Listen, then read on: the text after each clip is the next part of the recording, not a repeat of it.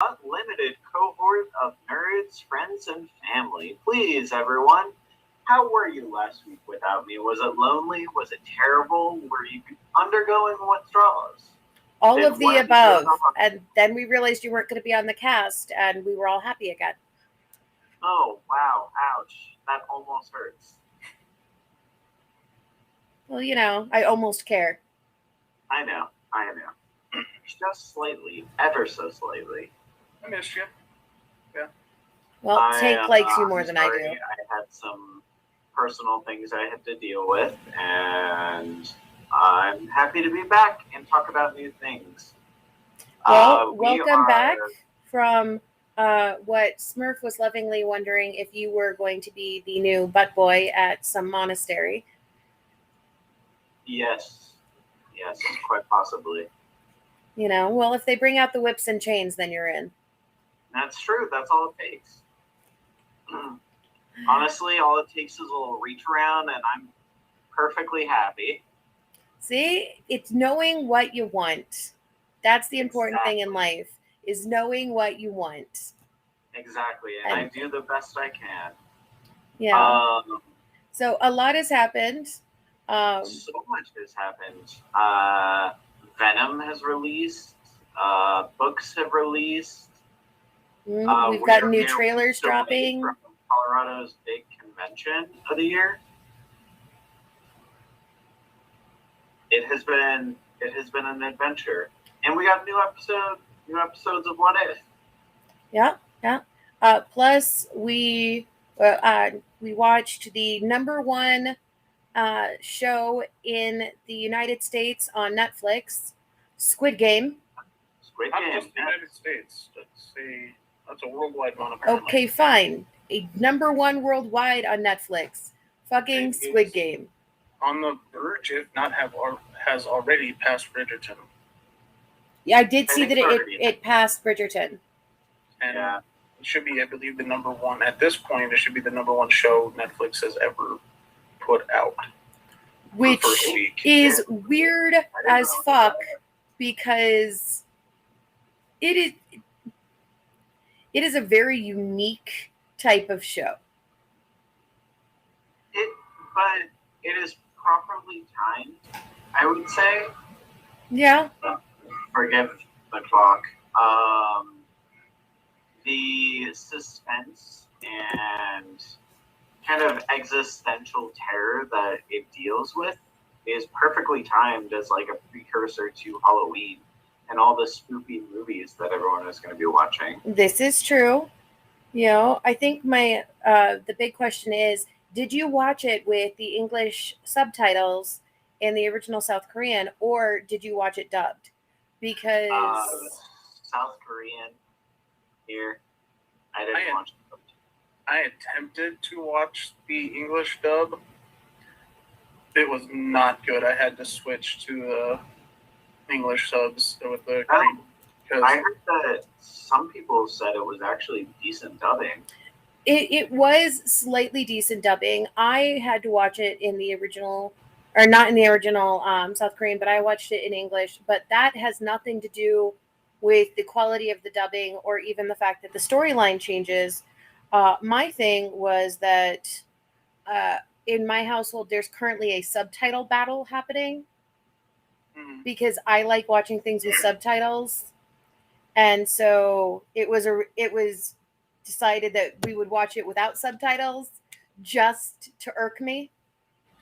Only when necessary will subtitles exist. No, subtitles are always good. I'm sorry, I'm distracting, and they literally break the cinematography of the shots often. I thought the dub was terrible. The dub was terrible. It reminded me of the old kung fu movies from the 70s. That's exactly what I said. It was brutal. Like, half the words that you're not even close on mouth movements at all. But even the speech patterns are just completely thrown off. Or when the words keep going and the mouth has stopped moving. Oh yeah, like completely thrown off. I was that's why I said I tried. I got through most of the first episode. And I'm like, okay, this has to change. I am genuinely shocked they didn't spend more money on the dubbing, considering that this is such an actor-driven show, and their performances are spectacular. Yes, and you should watch them in the South Korean. In Korean. Yes. I'm surprised. Yeah, I'm surprised there is this discrepancy. Yeah, it's bad. I prefer listening in the original language. You get different inflections in the original language. Like, you can't read or do other things when you're watching a television show with subtitles. So I have to sit down and have time to focus. I unfortunately haven't finished the series. I'm only 2 episodes in. I was hoping to get a third in today, but I wanted to make sure and be caught up on what If instead. So. Yeah. Well, let's just say it continues down that rabbit hole that you have already seen so far. Mm-hmm. And it plays out. I mean, most people have seen some sort of battle royale type of movie, whether it be good or bad. Literally battle royale. Yeah, literally battle royale, which was a very good movie. Yeah. Or something like The Condemned, which was not. Yeah, and there were parts of the Squid Game that I liked a lot more than others. Like there is an episode that I'm trying not to ruin because Stash hasn't caught up with us, where they have to do a team event. Oh. And that was my favorite episode of the whole series. And I like the backdrop. My favorite part about the backdrop, honestly, is the creepily playful kids games. Right? Yes. And like the brightly colored hallway and that is one of my favorite parts of it, is that it is just the entire backdrop is kids games that have taken on a ridiculous amount of meaning. Yeah. Yep. That's my favorite part about it. You know, we'll start playing red light, green light with your kids and Nerf guns. So have you seen, there's an Instagram reel going around. Someone has already built the red light, green light lady, and people are just going back and forth trying to like sneak up on it. It's obviously in real life, so not nearly as suspenseful, and no one is getting... I was going to say, is there still a sniper? There were multiples during red light, green light. There were 4. I wasn't sure if those were snipers or if those were... I'm pretty sure they were controlled by the robot. I'm pretty sure they were as well, but they also had the whole line of, enforcers. They infer that it is snipers at some point. Mm-hmm. Yeah. But, so, I appreciated like the masks and even the clothing and everything, although it was very, very basic. I thought the costuming was done to a point where you really got to feel more of what was happening and then like the walls in the barracks, how it started showing up. Look, this is that. And then this is the other one, on the walls in the barracks, which that you really get to see in the last 2 episodes. Oh, yeah. I'm curious to get there. I really like what they've done with the artistic rendition of this show. They've really brought in a lot of different tones. Agreed. And they forced them all together in a way that shouldn't work, but it does, because everything is kind of this like eerie surrealism. And it definitely continues on that path. Mm-hmm. Yeah, I'm excited to see more of it. As you progress, they'll also be introducing new characters. My favorite is the pickpocket. She's a little hottie. Yeah, but you haven't met her friend yet. No, really? Oh yeah, her friend's even Fun cuter. friend, yes. I did actually see a bunch of the pickpockets modeling photos going around Facebook, and I was like, wow, yeah, she is a hottie. Yeah, she's a hottie. And then her friend, who you'll meet, actually, maybe I think it's the next episode. Well, no, it's episode 4 that you meet her. Okay. But I will definitely do my best to finish it by next week. Any further updates? Yeah. All right. So while we're on the subject of Netflix, let's go ahead and talk about the fact that Witcher Season 2 has released a bunch of trailers and other information to include. We now have an official date as to when we're getting it back. Finally, it took them a long time to release this date. Yes. Yeah. I'm kind of surprised, but then again, COVID left everything up in the air, so I'm sure they just wanted to hedge their bets in case they had to push it till next year. That's what it Absolutely. seems like.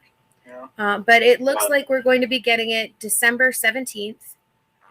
So we are going to get The Witcher Season 2 this year, which is, I think, probably a much better choice because of the number of things that are supposed to be dropping first quarter of next year.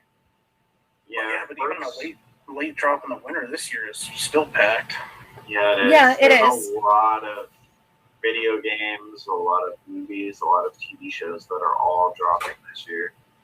I mean, Wheel of Time should be resolved by that point. I think it's only 10 episodes long per season, so. But that's still. Yeah. Well, I don't know if anybody else, out there has seen the trailers or the clips that have been released in the last week or so for Witcher Season 2, but I'm so excited for this. Like, it looks incredible. It does, and the unfortunate thing, there won't be a Geralt in a hot tub again this. You know what? He'll probably still end up half naked for some reason or another. It's John, and of course he'll be half naked and clothed in leather tight enough so you can see whether or not His he's pulse? Catholic, I'm sure. So Yep.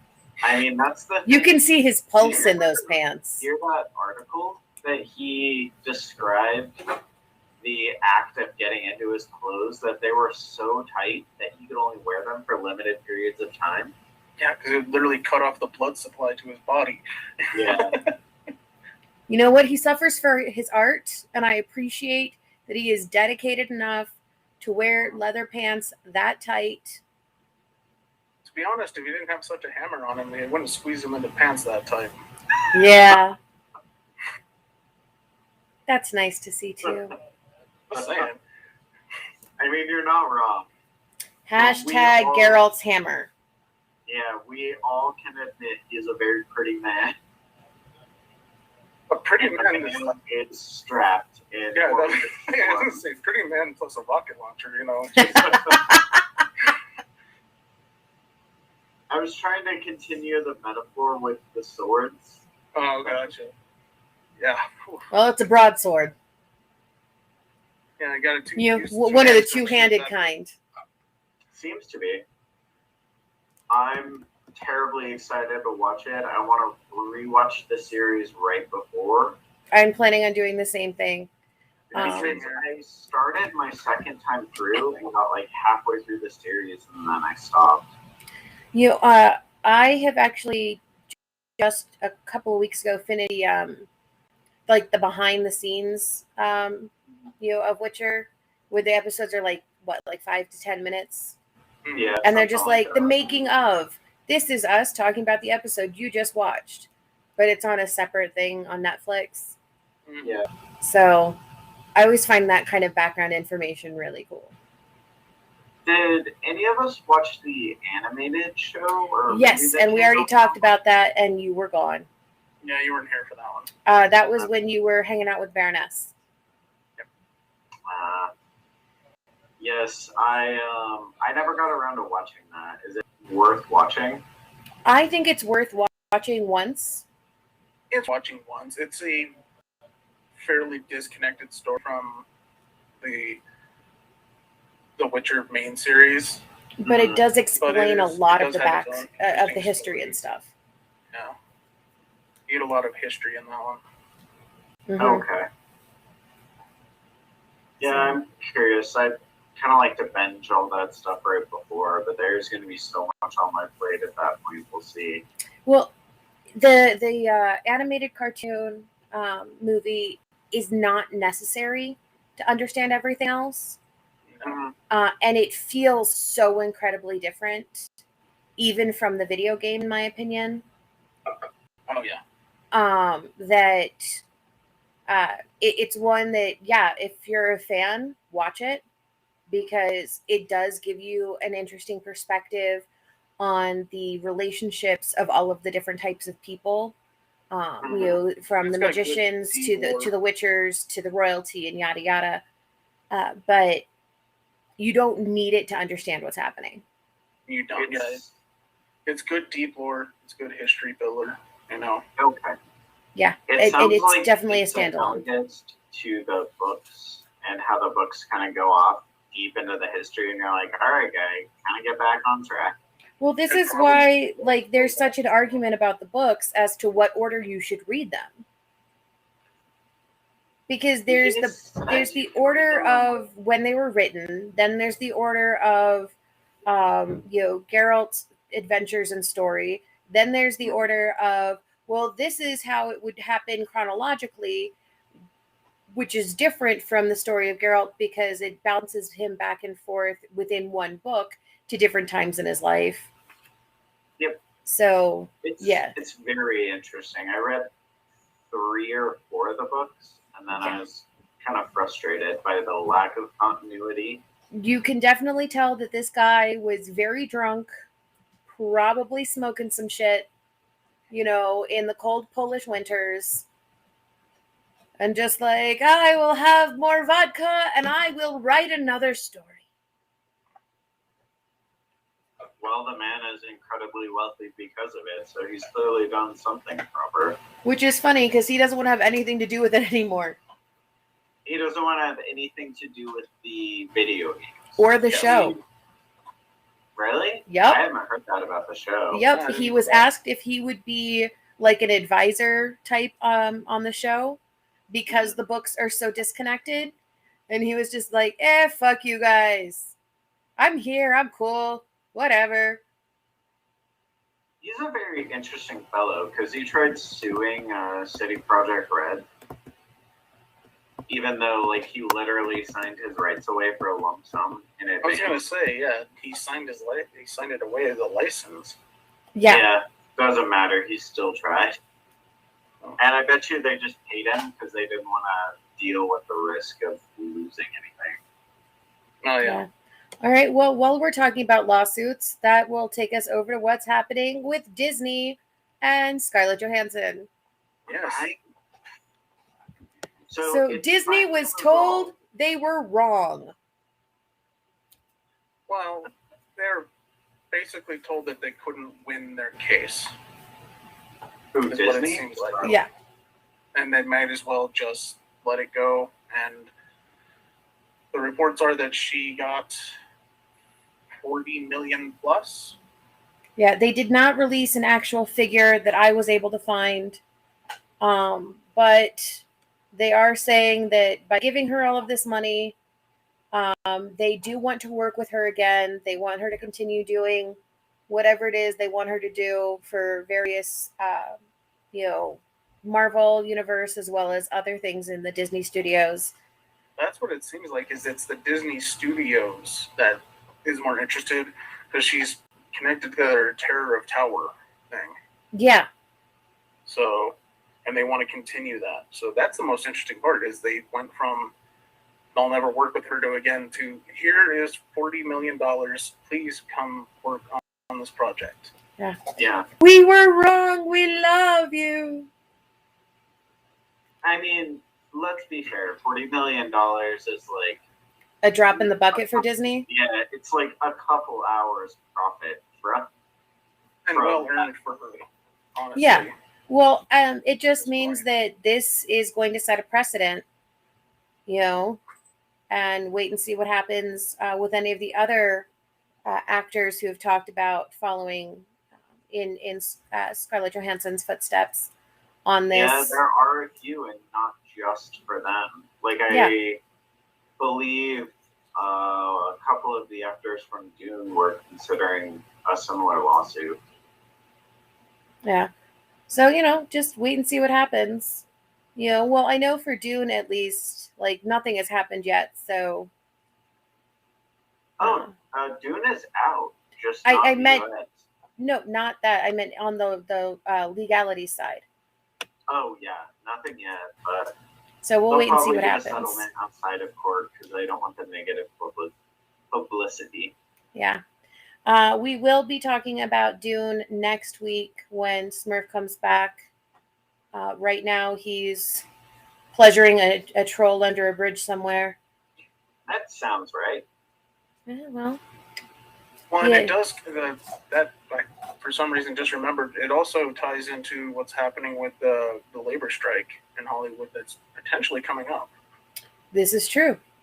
Like, Yeah, there's a lot of background people that are tired of the crazy schedules, and they're potentially going to be striking across all of Hollywood, potentially. yeah. I heard the first couple of strikes start, and I was like, "Oh, I guess this is happening again." Yeah. And then, like, there's also the potential writer's strike with Disney because they're not paying their lesser known writers, contributors, and like in general, like the Hollywood scene right now seems to be really struggling to find itself amidst like the COVID withdrawals. Yeah. Well, and if you guys remember the last writer's strike we had, how that killed so many different series. Mhm. That was a huge deal. And it lasted 6 months? Something like that. Yeah. I mean, we got Dr. Horrible's sing-along blog out of it. Well, and the Disney writer strike, the interesting thing about that one, it doesn't. I mean, they can vote to strike, but they're going to run into a massive issue. Their contracts are very well defined as writers for Disney, and that says anything that you write while working for Disney is owned by Disney, and it's per project pay. So, I mean, you're going to run into an issue with that. That's the problem. Is like people aren't getting paid because they're technically under the umbrella of another project. Mm-hmm. So they're like, "Oh, you were paid for this, therefore you're not going to be paid for that." Yeah. I did, however, meet a artist for Disney this weekend. An active artist? Yeah. Okay. Corey something. It's 2 C's. I can't remember his name off the top of my head, but he was doing a big art sale downtown at the convention center. I went to the Oddities Fair, and he was like downstairs in the sub basement. Nice. But Christopher Clark. Like he actively had the license for Disney. That's obvious. So Stash, Lady Arcana says Christopher Clark is his name. Thank you. So he's an active artist. If he has the licensing rights to do stuff, then yeah, like I bought a Moana picture. I saw a bunch of Star Wars stuff, a lot of Marvel stuff. No, here's the thing with Disney artists is you can have the license to recreate Disney characters and not still be considered a Disney artist because the licensing is different. And I actually learned that 2 years ago, the fall before COVID, when I went to a big art expo in Writers Square at this little gallery. And they had a bunch of stuff that was Disney, Marvel, and what have you, Star Wars. And these were the ones that had the licensing on it because it actually said on each of the paintings or sketches or whatever, authorized by. Mm-hmm. So that means that person's paying for licensing. Yeah. I don't know. All I know is that art show is pretty interesting. So I do love a good art show. That's a good sign that the artist is touring like that, or bad sign that maybe he's starting to look for resources outside of the company because they're considering protest movements or something like that. Have the artists come out there? Because I haven't heard anything about the artists. I've only heard the he was writers. literally there. He personalized like my piece. Well, he might just be touring. That's what I was thinking, but I mean, I know quite right now working for Disney is a shit show. I've heard that from multiple people. Yeah, but that's been true for Disney for decades. Yeah, but they at least paid you for it. It depends on whether or not you were working in their parks. And it also depends on whether or not they bought it outright originally or licensed the work from you. Yeah. So, I don't know. Disney has a very bad reputation for the way it treats its creators, actors, and artists. But, you know. Well, they're currently countersuing Marvel creators' families. So, yeah, they're about to run out of that license is about to run out. Mm-hmm. And so a lot of the families for artists and writers from Marvel past are suing Disney to get more money, essentially, out of it. Mm-hmm. And for some, any money, because unfortunately there's a lot of people that got nothing, including recognition for their work. Yeah. And I do think they should be suing them because they deserve credit and money for what these characters have become. The reality is it'll probably land in the middle of...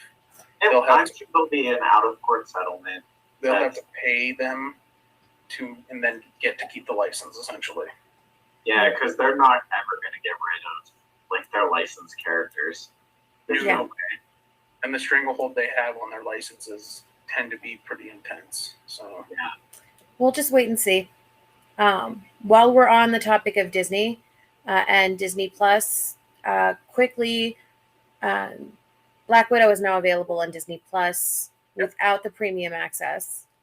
Oh, really? Yep, it's part of their free. Well, yep, as of I think like a couple of days. Awesome. It was today. It may have been today. I don't know. It has been a really rough week for me. Everything is just blurring together. Yeah. Either way, it is there now. So yeah. Awesome. As Raya and the Last Dragon is also. Yeah, that one is one's cute. It's Raya is definitely worth the watch, as is Cruella. I already watched Cruella. And then Raya I started watching and I was like, I didn't have the time for the whole movie because I have to go so early. But it looks intriguing. It's cute. I liked it. I liked the overall, theme and message and like everything. It's a very different, type of feel. I know when it came out last, was it 6 months ago? Almost a year ago. There was some comparisons of Raya with Onward. Just because they both came out during pandemic and yada yada, not that they actually have anything to do the one to the other. But Raya really hits very well with the younger demographic and not necessarily children. I'm talking about people ages like 18 to 25. Okay. It's good watch. It was cute. I mean, the little roly-poly friend is awesome. Tuk Tuk. Yep, I did. A giant armadillo.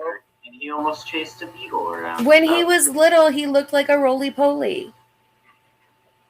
Yeah, he ends up like a 300-pound armadillo. Oh, really? Interesting. Tuk Tuk is cool. A small roly-poly when I saw him. Mm-hmm. I literally just watched the first scene, so. Oh yeah, he gets bigger. Yeah. Yes, much. But I mean, Disney Plus is finally getting some new quality content, which it has been desperately starved of. Yeah. So speaking of the quality content on Disney Plus, we did finally get a release date for the Book of Boba Fett. And that is going to be December 29th. So, do we know for sure if this is like, is there going to be an equal waiting time between this and the next season of Mandalorian? I don't know. We don't know that yet. Mandalorian just went into production, basically, into actual shooting. Okay, so it's probably going to be close to a year. That's safe to bet, probably. Yeah. They'll probably premiere it like fall next year. But we do have, the Boba Fett is a spin-off of The Mandalorian. Yep. Jon Favreau is still going to be working on this one as well. And we're getting Ming-Na Wen is coming back to portray her character. And so it all in all, it looks like it's going to be done very similarly to The Mandalorian. Now, whether or not we're going to get them one episode at a time, like we did with The Mandalorian, or even like we've done with What If, don't know yet. I would assume so. I think they're getting a lot of retention off of that, so that makes sense. That's the standard moving forward now. It seems to be like the standard for everyone but Netflix. Netflix does it with certain shows, but it's not their standard. Yeah. Like I don't think I've ever seen a series I've personally never watched a series on Netflix that has dropped an episode a week. Well, there are a no few. doubt there are. I just personally haven't experienced any. I honestly think in many ways it's the superior way of doing it because it stretches out your content and it gives people that like water cooler moment. Exactly. It takes it back to traditional TV, essentially. Yeah, just without the commercials. Yeah, without the commercials, which is the best way to enjoy it. And because it's going on a streaming service, you can watch it whenever you have the time to watch it. Mm-hmm. So let's say you don't have time to sit in front of the TV at 6:30 Central to watch an episode of your new favorite show. Well, it's on streaming now. You can just watch it at 9:30 after the kids go to bed. Yeah, that would be me. It's very convenient. I don't know. I kind of like having a bit more time between the episodes. I like the 3 dropped episodes to start with. Mm-hmm. And then like an episode a week after that for a few weeks. Yeah, I think that Amazon is the one who does that the best. I agree. I think Amazon's pacing is the best of any streaming. I mean, HBO's isn't terrible, but yeah, I don't really care about their big series. So, and it's literally just once a week.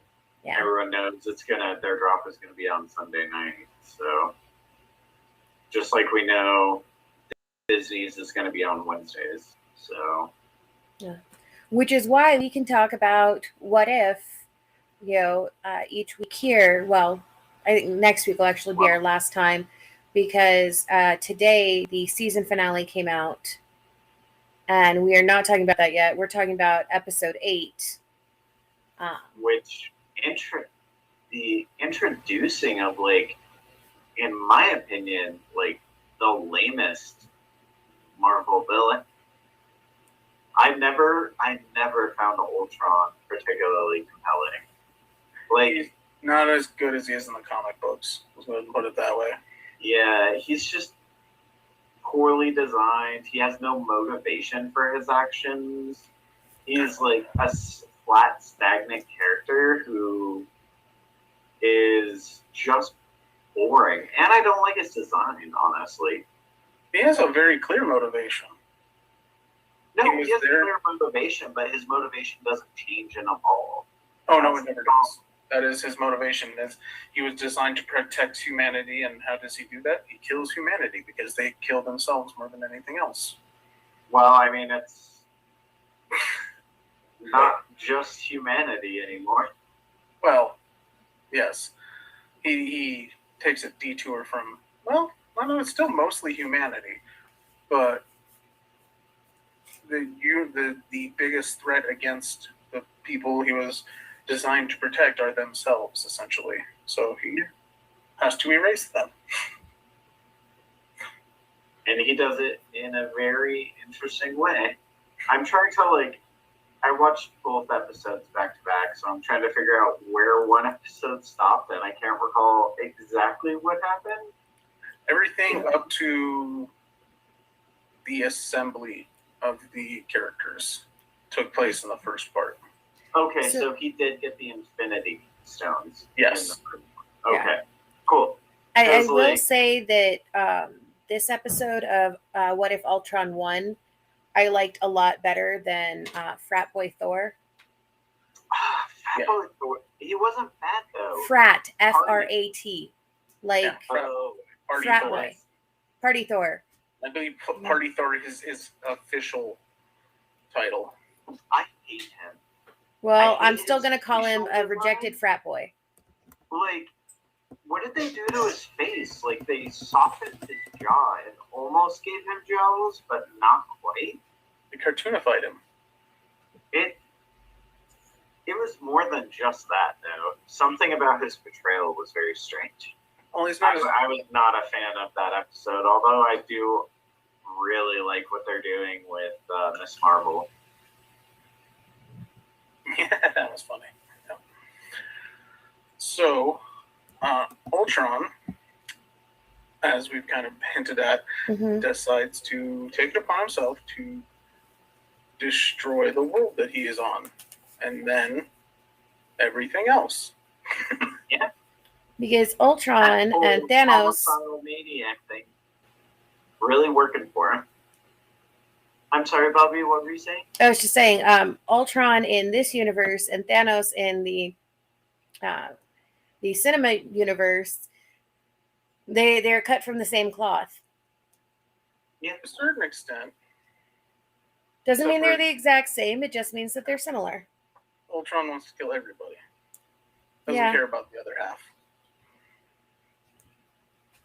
So that's interesting. It's well done. They take a lot of inspiration from the Winter Soldier and different movies to kind of push the story along. Yeah. So I think that What If is definitely worth watching. I'm already looking forward to season 2. I am as well, immensely. And talk about a character I never thought I would really latch on to. The Watcher, man, he is fucking doing it for me. Yeah, he finally intervenes, and officially intervenes in episode 8 because Ultron has taken it too far. Yeah. Yep. I think that the Watcher is by far the most compelling character so far. And not because the other characters aren't well done. This is you seeing a completely different character outside of the outside of the cinema, and seeing how there's one overarching, to tie it all together. And it's a hell of a level up power-wise too. Yeah. That dude wields some crazy power.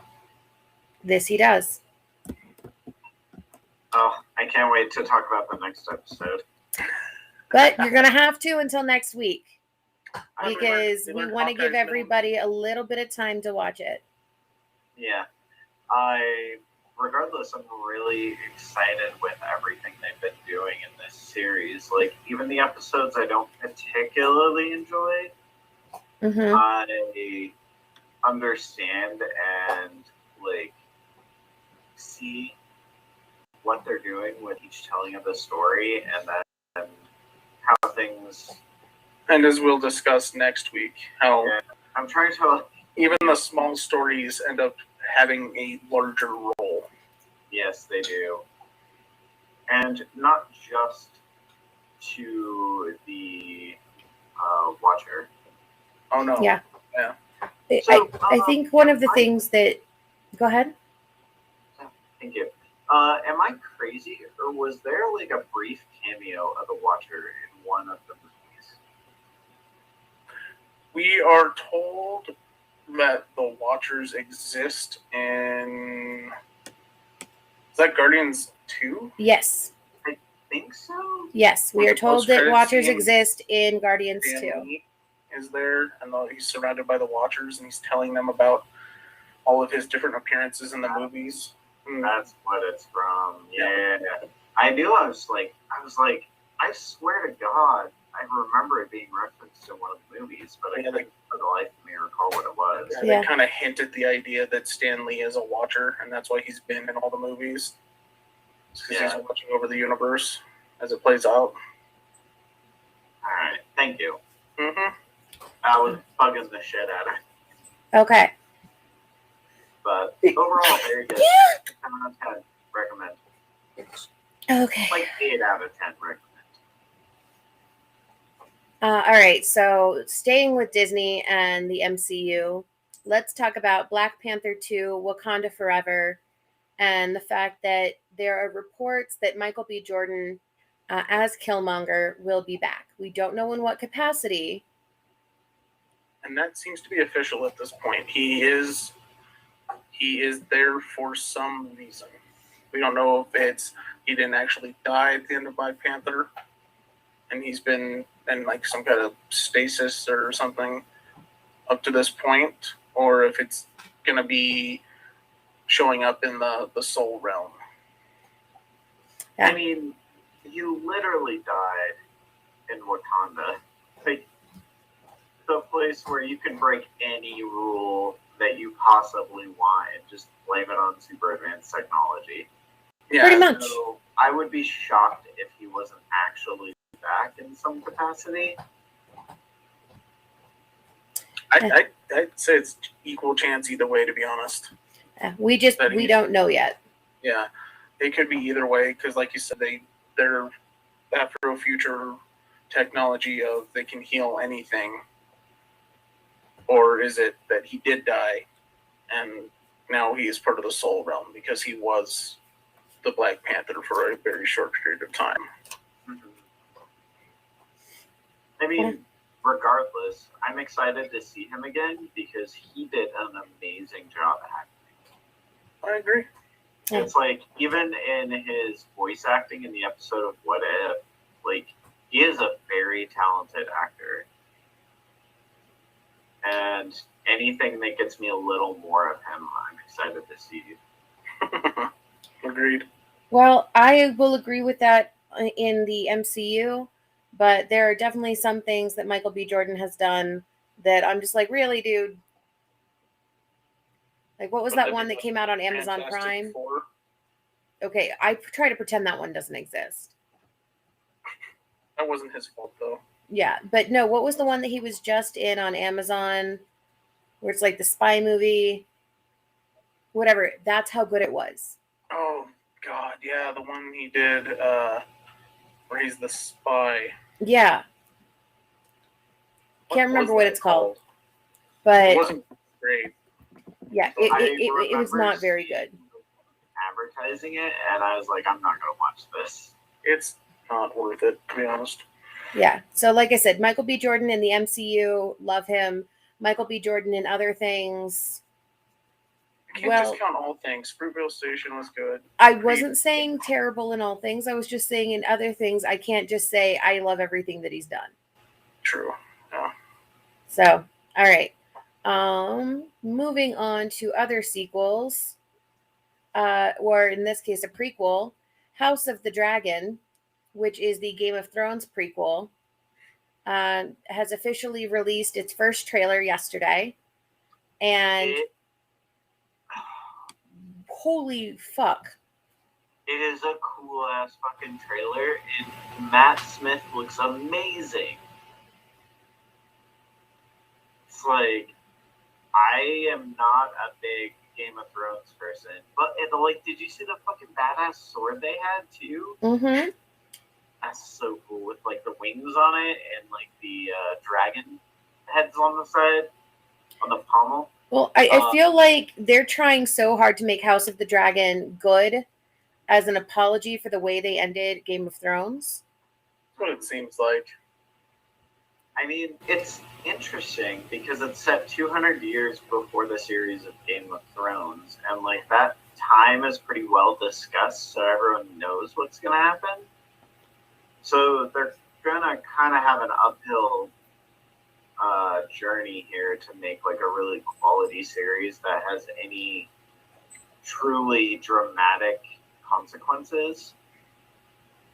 Yeah, but there could be, and the way that the trailer is looking and all of the other information I've been able to find so far is it does look like we're going to be getting so much detail about Westeros and the Civil War and all of these other things that took place that were just briefly touched on in the show of Game of Thrones, that there's more information about it in the books.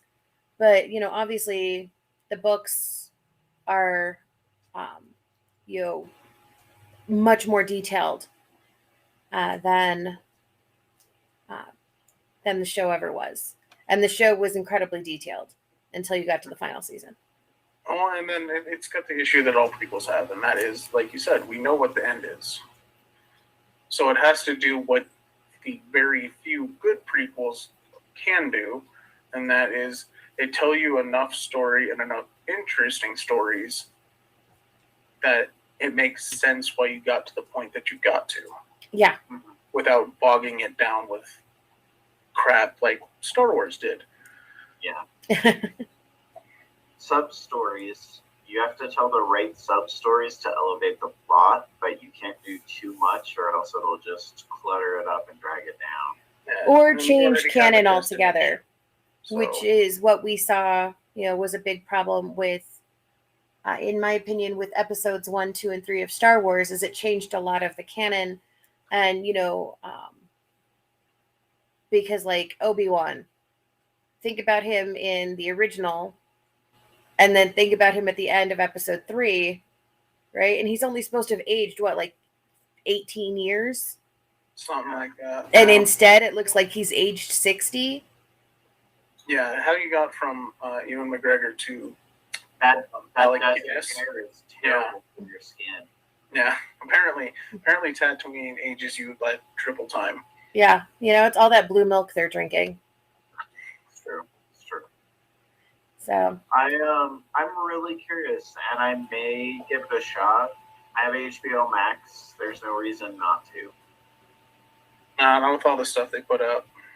Yeah, it's like we'll see if it's just the continued like gore fest and like murder fest that the original Game of Thrones was. hey, the original Game of Thrones also had a lot of sex. I'm assuming the level of There was murder and so sex. much sex in that series. Right? The unfortunate part was there was a lot of incest in that series. Yeah. The Targaryens definitely, like, Which I'm guessing we're getting in this, considering it's still Targaryens. I mean, in It's fairness, the supposed to be Lannister incest implied. was the most prevalent in the Game of Thrones series, but still, the Targaryens as well. Yeah. We have a history of unfortunate inbreeding. Yeah. Although I am really looking forward to seeing some of the dragons. They what I did. It's supposed to be a bunch because this is supposed to be set before the downfall of all the dragons. Right. So, And I wonder if we're going to get the downfall of the dragons, where they are like, you know, the scene in Game of Thrones where they're walking among all the skeletons, right? And there's like the one ginormous head, and then there's the other one that looks like it was, you know, no bigger than a puppy. no, I do not. That's because you stopped watching Game of Thrones as soon as, what's his name, had his head squished like a grape. That's true. So, That's what made you drop off?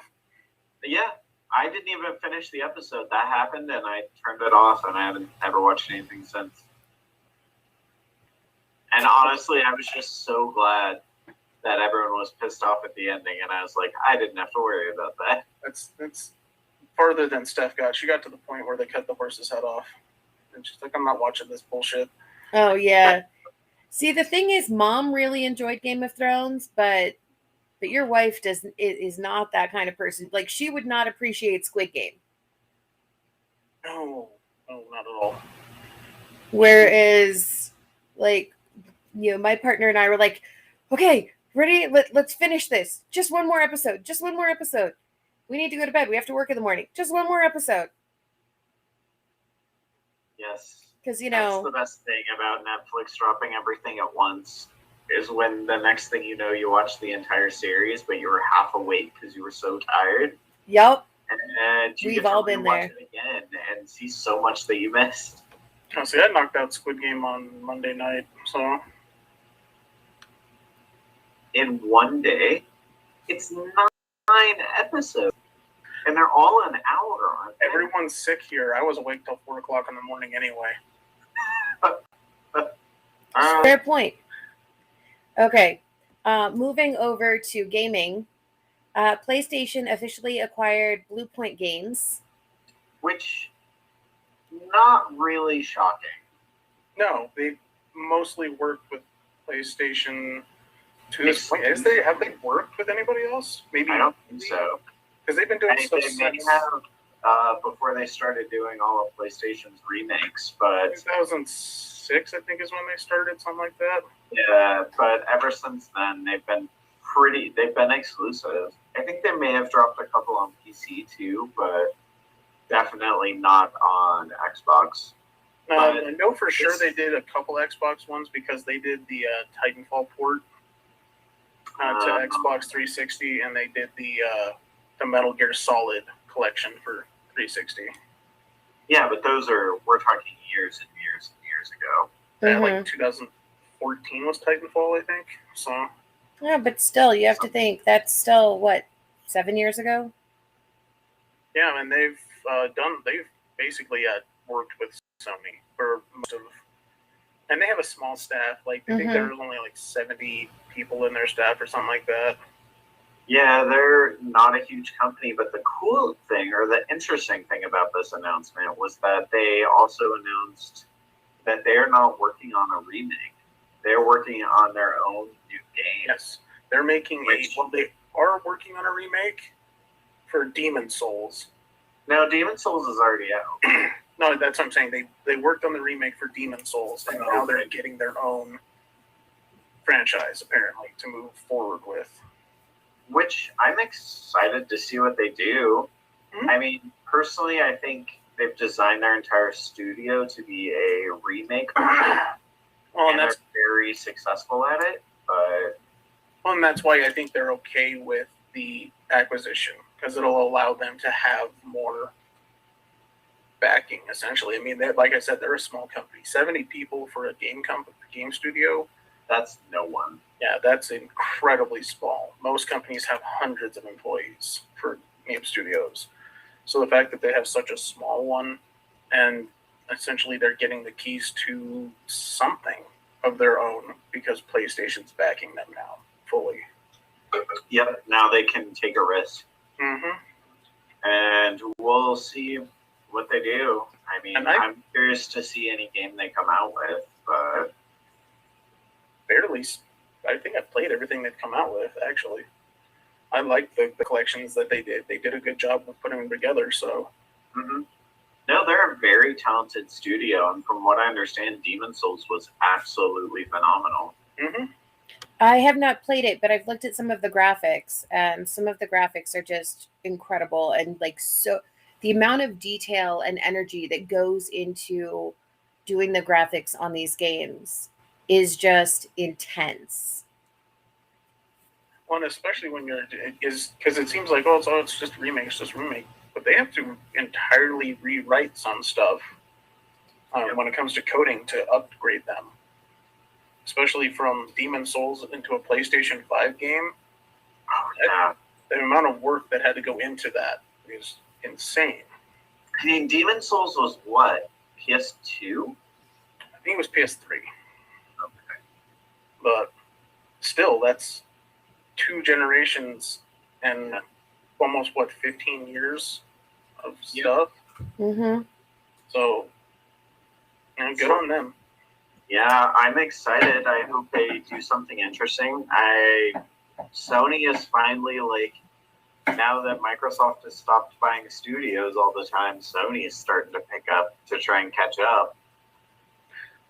Yeah, it looks like they're making small changes to get to the point where they can compete on the software side of things.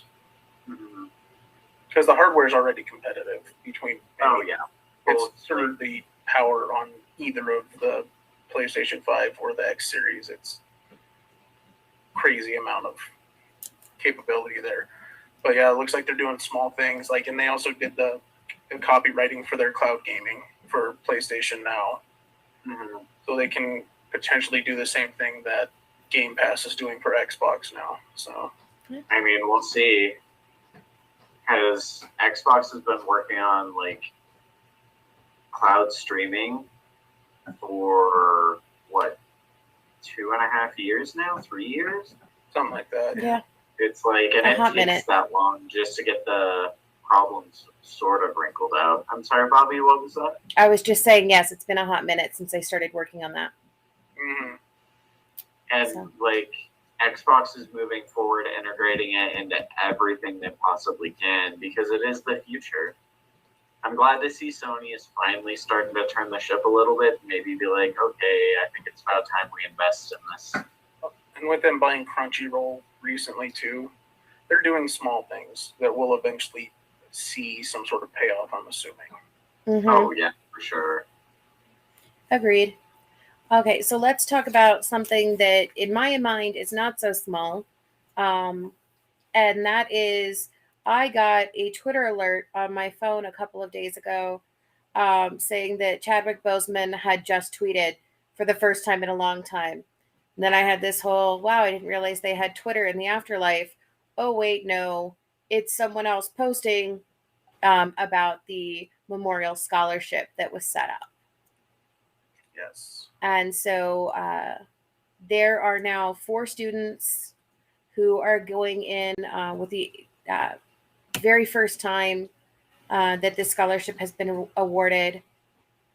And the scholarship foundation was set up by Netflix and the family of Chadwick Boseman. And, you know, I think it's great that they have set up a performing arts scholarship in his name. Yeah, and at his alma mater. Yeah, because it says that he's an alum.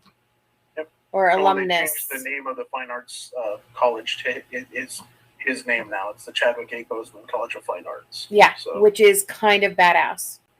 That is super badass. To have a school after you. Well, yeah, it's part of Howard University. It's their fine arts program is named after him now. That's still super cool. Like, I remember hearing rumors of this forever ago. I'm glad to finally see some serious motion on it. Yeah, there's a $5.4 million endowed scholarship put together by Netflix and the family of Chadwick Boseman. And you know that'll just continue to grow. And it's great to see his legacy being carried on in such a way. Yeah, it's amazing. Good for them. I'm glad they are doing what they're, well, I mean, what it seems like he wanted to do. So, yeah. All right. See, what else do we have on the schedule for tonight? Oh, let's talk a little bit about the fact 007, what is it? Good Day to Die opens this week, or is it last week? It's this week. It's this Friday. week. Sorry, all of my days have been blending together. So this will be our last time we see Daniel Craig as Bond. And his dreamy blue eyes. Oh, he's so sexy. How close do you think they're going to get to that 900 million? I don't think they will. I mean, in fairness, I've already purchased tickets for 4 people, but I don't think they're gonna get nearly what they want. Do you think they This even is what happens when you continuously are like, oh, we're going to release this. Oh, we're going to release it and delay it for over a year? Do you think they legitimately get to even 300? No, yeah, they'll get to 300 just because there's a whole lot of competition right now. But it is, though, because Venom came out last week. It's still there. And they have, what's coming out next week? We talked about, I mean, Adam's Family is next week? Yeah. No, it's Dune that's next week. Adam's Family. No, Dune is the following week. Dune is the 21st. So then it's Adam's Family next week and then Dune the week after. That's a lot of competition, actually. Yeah. But what's the last action film that came out? Really heavy action? Well, 10 Rings. Yeah. Fast and Furious did garbage, didn't it? Well, that was because it was Fast and the Furious 86. For its demographic and its normal, yes, it did not do well. Yeah, I mean, 007 is really iffy. I mean, people right now are even talking about the issues with Dune. Because, like, it is doing fucking fuck all. Where it's already out. It's going to get killed because of that. Yeah, it's like, I'm going to go see it in theaters, but... Yeah, as am I. I'm sorry? I said, as am I. Yeah, but I don't know how many people are going to. 007, like, the strength of 007 is that it appeals to every living genre of man that could possibly be alive right now. Yeah. I mean, because the series has spanned for so long that everyone is most men have at least some familiarity with one of the movies.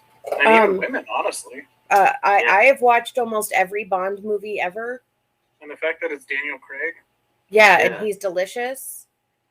I mean, his last... He is my second favorite Bond of all time. He's third for me. As long as Connery is one, we don't have to have any kinds of arguments.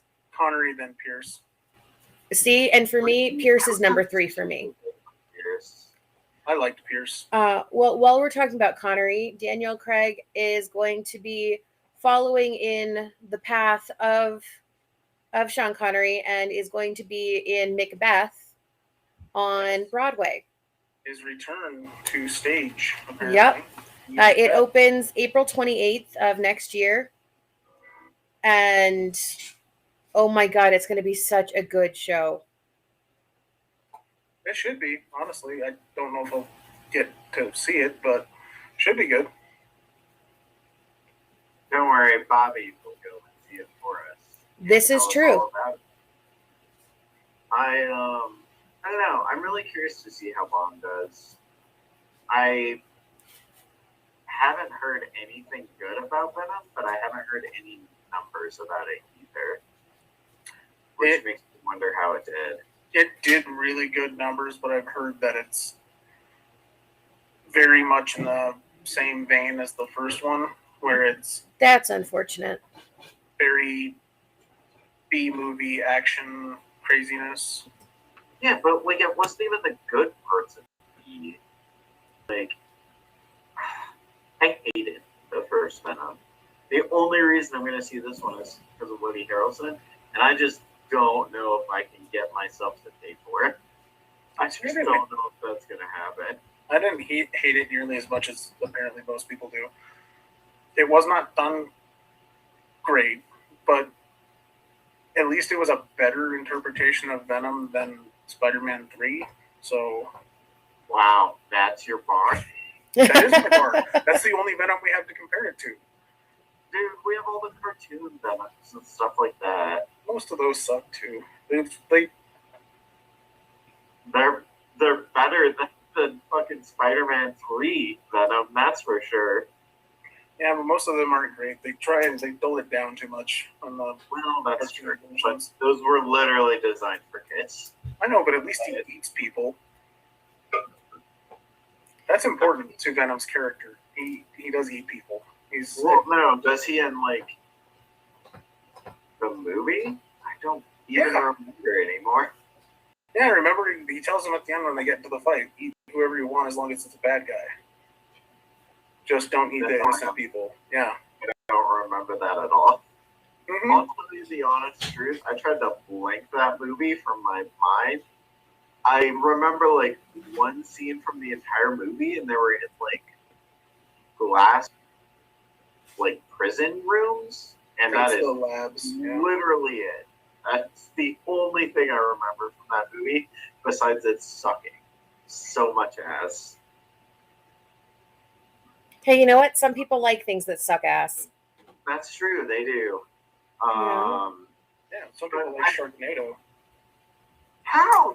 Dude, Tank, I love you. I love you. I love you. A work of art versus utter trash. Oh my, I am insulted, sir. I am insulted. I'm just glad Tank said it so I didn't have to. Fuck both of you. No, that would be weird. I got two of these, one for each of you. I'm sorry, Stash. I can't see you. Oh, wow. Okay, Convenient. so let's move on. So Netflix, was ruling the small screen with some of the MCU characters, and now they're saying that they are rebooting the Punisher series. Yeah, we're getting at least 2. It looks like have been confirmed. Moving forward with Marvel Studios in some capacity. John Barenthal and the Punisher, and Charlie Cox as Daredevil. I mean, to be fair, the 2 probably more important. I mean, I wasn't super big on like Punisher, but Daredevil was embarrassing. My favorite one out of all of them ended up being Punisher, just because of how just brutal the story ended up being for him. Yeah, I liked that. I just didn't like the whole military angle that they laid into so much. I mean, it makes sense, and it's like congruent with this character, but it's just... You just didn't like it because you got sent to military school and it hit too close to home. No, those are completely irrelevant. It's just, all right. I don't like military stuff. It's boring. Sci-fi is so much more interesting because you get to expand on those ideas in really interesting and fundamentals. What about Saving Private Ryan? Ugh. Really? Full Metal Jacket? Stripes? Full Metal Jacket is a pretty good movie. I will also... Oh my god, I can't think of that movie. There's a lot, so... The helicopter one that really focused a lot. That helps. What's that military movie with the helicopter?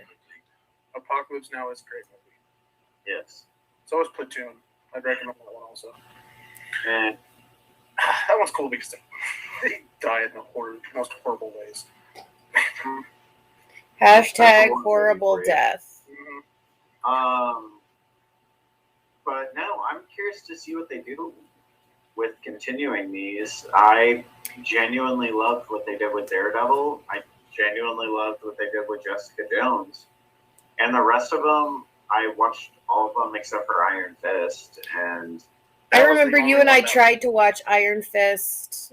We had that hotel room at the con and just could not even stay awake.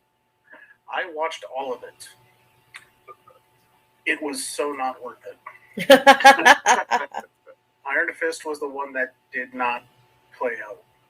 Luke Cage was good. Jessica Jones was good. Daredevil was good. The Punisher was great. Iron Fist was not.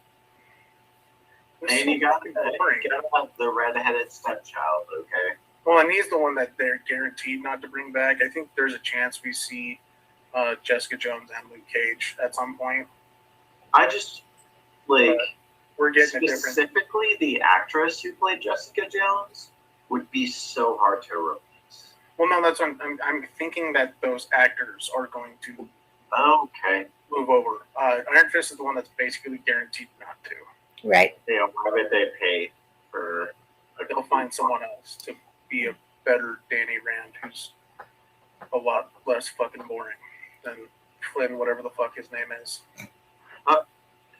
I mean, I'm curious to see what they do because those movies or that series when they were coming out, They're they were huge.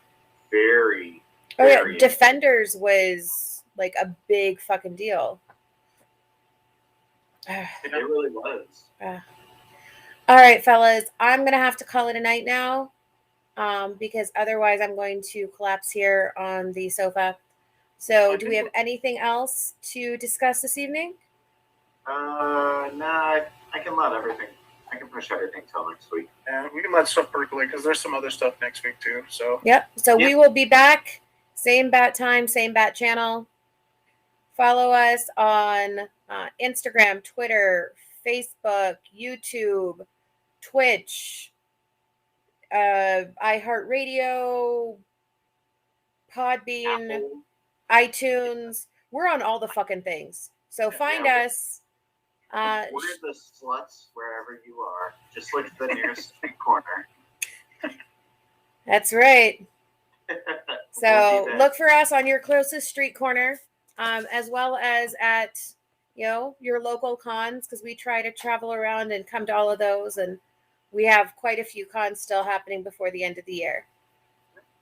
So, awesome. And on that note, we shall say goodnight. Walk softly and carry a big stick.